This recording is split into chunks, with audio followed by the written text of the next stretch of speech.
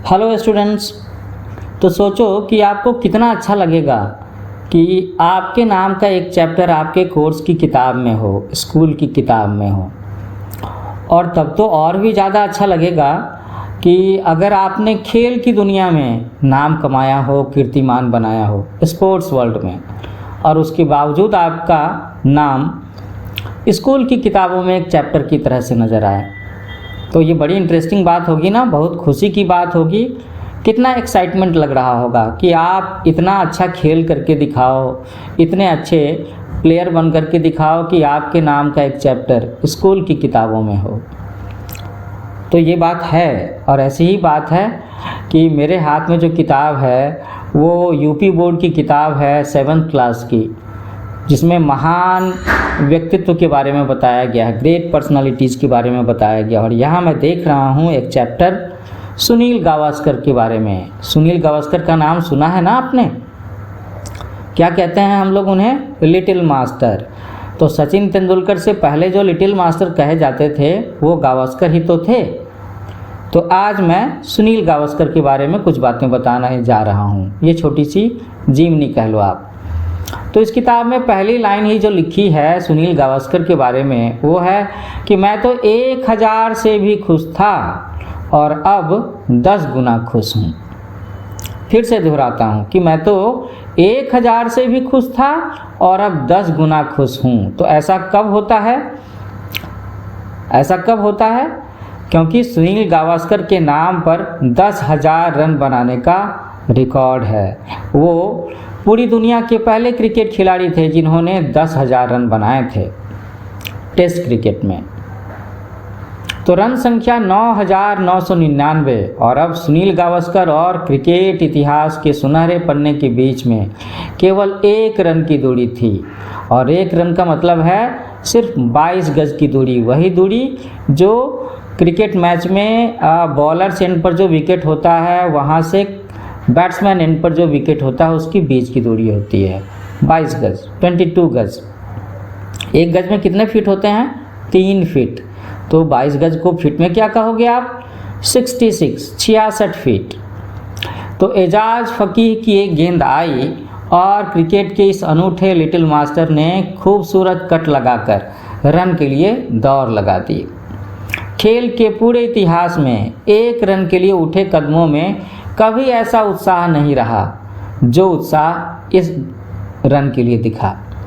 गावस्कर ने इन 2 रनों के साथ अपने 10,000 रन पूरे किए और क्रिकेट इतिहास के सुनहरे पन्ने में अपना नाम अंकित कराया। पूरा देश उत्साहित था और स्वयं गावस्कर भी। इनका कहना था कि मैं तो 1000 से भी खुश था और अब 10 गुना खुश हूँ क्योंकि 10,000 रन बन गए। तो है ना बड़ी इंटरेस्टिंग बात। अब आगे बताते हैं कि हमारे इस महान खिलाड़ी का जन्म कब कहाँ हुआ। तो सुनील मनोहर गावस्कर, ये इनका पूरा नाम है, सुनील मनोहर गावस्कर, और पूरी दुनिया इन्हें सुनील गावस्कर के नाम से जानती थी। तो इनका जन्म 10 जुलाई सन 1949 ईस्वी में मुंबई में हुआ। इनकी शिक्षा सेंट जेवियर्स हाई स्कूल एवं मुंबई विश्वविद्यालय में हुई। गावस्कर के टेस्ट जीवन की शुरुआत सन 1971 में वेस्ट इंडीज़ दौरे से हुई। तो कभी ये पूछा जाए कि गावस्कर ने अपने टेस्ट जीवन का पहला मैच किसके साथ खेला, किस देश के साथ में, so you will have to answer West Indies. और वो साल कौन सा था? 1971, 1971। सुनील गावस्कर एकमात्र बल्लेबाज हैं जिन्होंने एक कैलेंडर वर्ष में 1000 रन 4 बार बनाए। 1 बार नहीं, 4 बार बनाए। तो सुनील गावस्कर ने 1983 में चेन्नई में वेस्ट इंडीज़ के विरुद्ध बिना आउट हुए 236 रन की एक पारी बनाई थी। ये उनके टेस्ट जीवन की सबसे बड़ी पारी थी।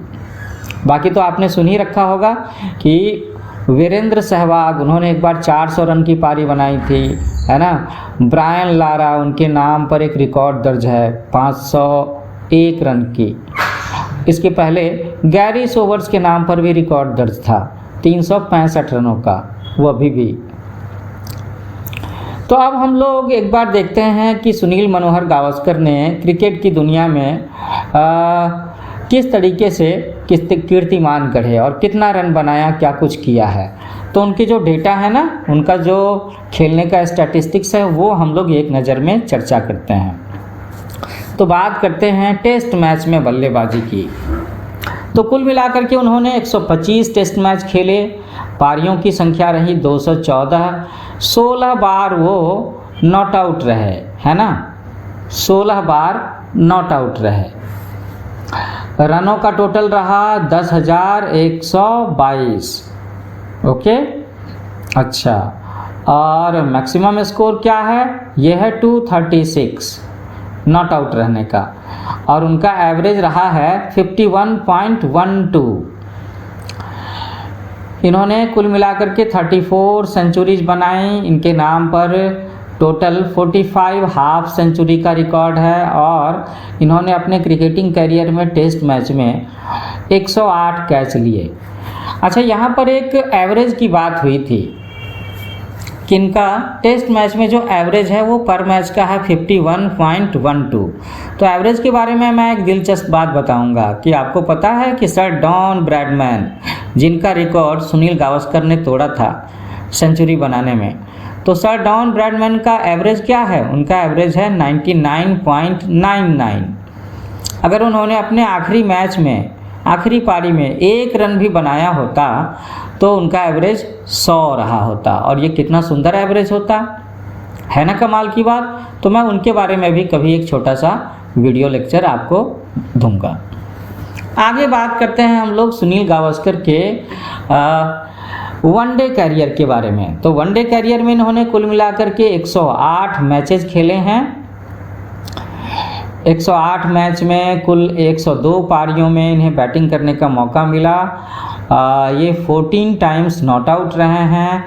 वनडे मैचेस में भी अच्छे खासे रन बनाए, 3092, और मैक्सिमम स्कोर उसमें रहा है 103 का।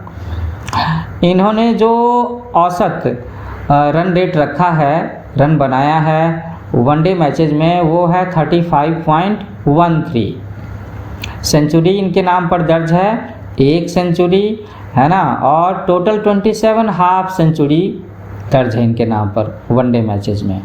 कुल मिलाकर के इन्होंने 22 कैचेज भी लिए हैं, ये रिकॉर्ड रहा है।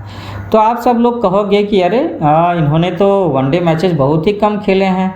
तो भैया, इनके वनडे मैचेस उस समय के हैं जब आप में से कई बच्चों का, कई सारे युवाओं का जन्म भी नहीं हुआ था, है ना। और उस समय जो वनडे मैचेस होते थे, एक समय तो 60 ओवर्स के हुआ करते थे, उस दौर में इन्होंने वनडे मैचेस खेले हैं। वैसे मैं तो कहूँगा कि क्रिकेट का सबसे सुंदर फॉर्मेट तो टेस्ट मैच ही है।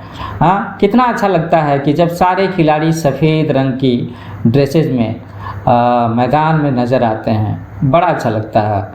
और कभी कभी जब ये जाड़े के दिनों में हाफ स्वेटर पहनते हैं तो उसमें जो गले के पास धारियाँ बनी होती हैं, वो भी कमाल का होता है।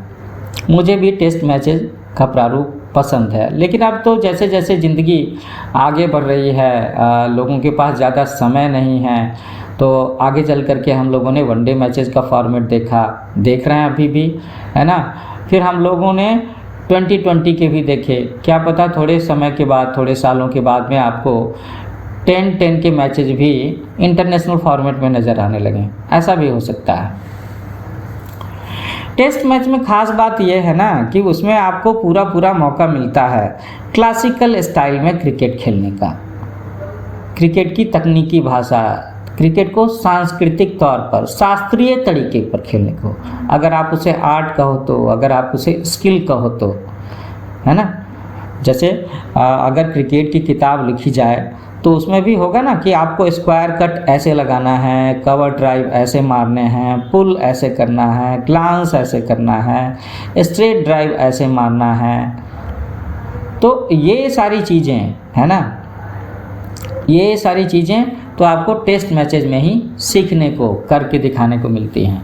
वनडे मैचेस में, 20 मैचेस में तो कई बार लोग रन बनाने के लिए ऐसे वैसे कैसे न जाने अजीब से शॉट भी खेल लेते हैं। चलो, मुझे उसका क्रिटिसाइज नहीं करने का, हम लोग तो यहाँ पर सुनील गावस्कर के रिकॉर्ड के बारे में, उनकी लाइफ के बारे में पढ़ रहे हैं कि उनकी जो पर्सनालिटी है वो कितना इंस्पायरिंग पर्सनालिटी है, और अभी भी वो हैं। और कई बार हम लोग उन्हें क्रिकेट की कमेंट्री करते हुए सुनते हैं, टेस्ट मैचेज में, वनडे मैचेज में, 2020 में। और आपको जान करके ये आश्चर्य होगा कि वो जितनी अच्छी अंग्रेजी बोलते हैं उतनी ही अच्छी हिंदी भी बोलते हैं। क्रिकेट को पहले ना, क्रिकेट के खेल में लोगों को उतने अच्छे पैसे नहीं मिलते थे, प्रोफेशनल सक्सेस उस तरीके से नहीं होता था। तो सुनील गावस्कर के नाम पर भी ये क्रेडिट जाता है कि इनडायरेक्टली उन्होंने क्रिकेट को प्रोफेशनल गेम कैसे बनाया है, और क्रिकेट खेल करके भी लोग पॉपुलर हो सकते हैं, अच्छा खासा पैसा कमा सकते हैं, चाहे खेलने से हो, कोचिंग करने से हो, कमेंट्री करने से हो, एडवर्टाइजिंग कैंपेन में शामिल होने से हो। तो इसमें से कई सारी बातों का क्रेडिट सुनील गावस्कर के नाम पर जाता है। सुनील गावस्कर ने अपने खेल जीवन में भारतीय टीम के कप्तान के रूप में भी नेतृत्व किया है। वो एक बड़े अच्छे खिलाड़ी ही नहीं, एक बहुत अच्छे लेखक भी हैं, कुशल लेखक। इनकी प्रसिद्ध किताब जो है, जो एक तरह से ऑटोबायोग्राफिकल है, सनी डेज। एक महान बल्लेबाज के रूप में गावस्कर जी जीते जी किंवदंती बन चुके हैं। किंवदंती, हाँ, आप ऐसे कह लो ना, लिविंग लीजेंड बोलते हैं ना हम, और पूरी दुनिया इनको लिटिल मास्टर के नाम से भी जानती है। दूसरे वाले लिटिल मास्टर सचिन तेंदुलकर कहे जाते हैं। अच्छा, मैं आपको बताता हूँ कि इन्होंने और कौन कौन सी किताबें लिखी हैं। तो इन्होंने और जो किताबें लिखी हैं उनका नाम है idols, runs and ruins, one day wonders. आपको जान करके थोड़ा सा आश्चर्य होगा कि इन्होंने एक मराठी फिल्म में अभिनय भी किया है। मैं उसका नाम पता करता हूँ और लेक्चर के डिस्क्रिप्शन में उसे डाल दूंगा। दैनिक जीवन में खेल कूद का अति विशिष्ट स्थान है। कैसे है भाई? दैनिक जीवन में खेल कूद का स्थान इस तरीके से है कि अगर आप खेलोगे कूदोगे नहीं, है ना, आप एक्सरसाइज नहीं करोगे, फिजिकल एक्टिविटी नहीं रहेगी, तो आपका शरीर स्वस्थ नहीं रहेगा। शरीर स्वस्थ नहीं रहेगा तो आप और भी सारे जो काम होते हैं अपने घर की जिम्मेवारी उठाने के, घर को सपोर्ट करने के लिए, किसी भी ऑक्यूपेशन में काम करने के लिए, वो काम कैसे करोगे? तो खेल कूद का ऐसा स्थान है। अगर ये बात नहीं होती तो आजकल तो मैं देखता हूँ कि 10th के सिलेबस में, 12th के सिलेबस में फिजिकल एजुकेशन नाम का एक पेपर भी होता है। और आज के समय में तो क्रिकेट खेलना एक अच्छा खासा कैरियर भी माना जाता है। There are lots of opportunities. अगर आप खिलाड़ी के रूप में पहचान लिए गए, आपने कुछ ऐसा कर दिया, तो टेस्ट मैच ही नहीं, वनडे मैचेज हैं, 2020 मैचेज हैं, आप स्टेट लेवल पर रणजी ट्रॉफी से शुरू कर सकते हो। और आजकल तो आईपीएल का दौर है कि अगर एक बार आईपीएल में खेलने का मौका मिल जाए तो बस तो समझ लो कि पैसों की बरसात सी हो जाती है। अगर आपका परफॉर्मेंस एवरेज से ज़रा सा भी बेहतर रह रहा है तो, और 2-4 सीजन खेल लिया तो खेल कूद से हमें और क्या क्या फ़ायदा होता है? खेल कूद से हमें संयम, पेशेंस के बारे में सीखने को मौका मिलता है ना, दृढ़ रहने को, कमिटमेंट के बारे में, कंसिस्टेंट के बारे में, गंभीर होने के बारे में, एकाग्रता, कंसंट्रेशन कैसे डेवलप करेंगे, और टीम भावना, एक दूसरे की मदद कैसे करनी है, उस चीज़ का विकास होता है। इसके साथ साथ इसमें आप लीडरशिप के भी कई सारे गुण सीखते हो। खेल कूद अनुशासन, विश्व बंधुत्व और शारीरिक विकास स्थापित करने का एक बड़ा ही सशक्त माध्यम है। खेल कूद आपस में मिलजुल कर रहना, बैर भाव समाप्त करना तथा आपसी तालमेल के द्वारा लक्ष्य को प्राप्त करना भी सिखाता है। आप सोचो ना, जब भी हम लोग पाकिस्तान का नाम लेते हैं तो कई सारे लोग नाम सुनते ही मुंह बनाएंगे, लेकिन एक क्रिकेट है जिसने हमें पाकिस्तान के साथ में भी जुड़ा हुआ है। और मैं देखता हूँ कि कई बार क्रिकेट मैचेज में भारत और पाकिस्तान की टीम जब मैच खेलती है तो लोग कितने जोश के साथ में मैदान में देखने आते हैं मैच को। मैदान में क्या, टेलीविज़न पर देखना हो।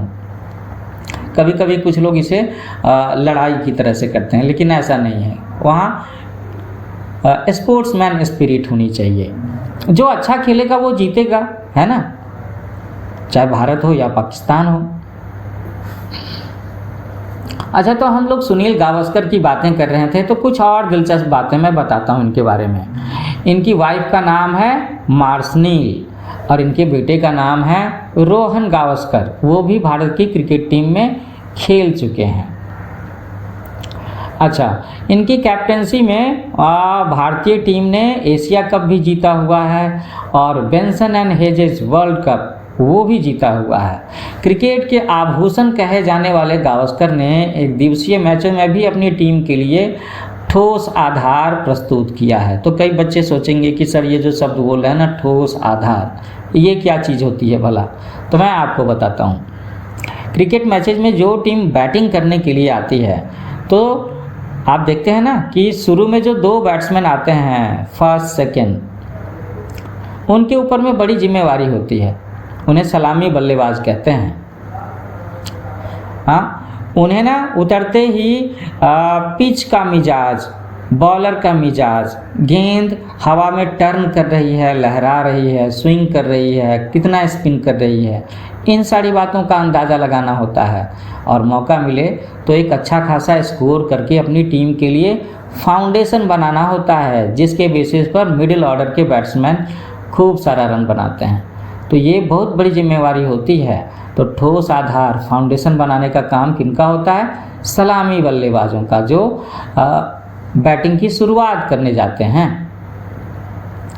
अच्छा, 100 कैचों का जो रिकॉर्ड था वो भी इन्होंने ही बनाया था। 1986 में जब उनके खेल जीवन का उत्तरार्ध आ गया था, तो उसके बाद भी उनके खेल में बड़ा निखार आया। और कहते हैं कि जब वो अपने कॉलेज की तरफ से क्रिकेट खेलते थे, तब भी वो बड़े सफल बल्लेबाज माने आते थे।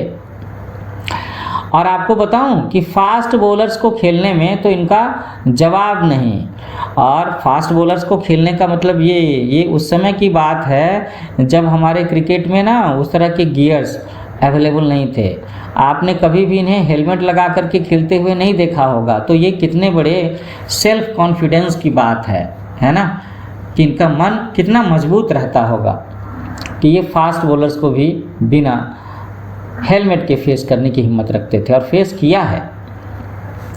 1980 में भारत सरकार द्वारा इन्हें खेल के क्षेत्र में पद्म भूषण से सम्मानित किया गया।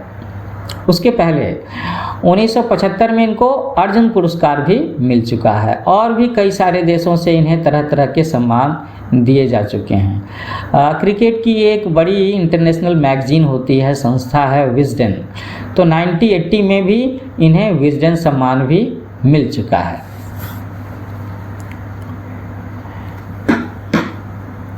तो सुनील गावस्कर के बारे में अगर और भी कुछ जानने की इच्छा है, तो मैं सोच रहा हूँ कि इनके बारे में एक और भी लेक्चर आपके लिए डालूँगा। तो जल्दी मिलते हैं हम लोग कुछ और बड़े क्रिकेट खिलाड़ियों के बारे में इंटरेस्टिंग इन्फॉर्मेशन को लेकर के। अच्छा, 2 मिनट को मैं सोच रहा हूँ कि एक छोटा सा इन्फॉर्मेशन जो सुनील मनोहर गावस्कर के बारे में है वो बता ही देता हूँ।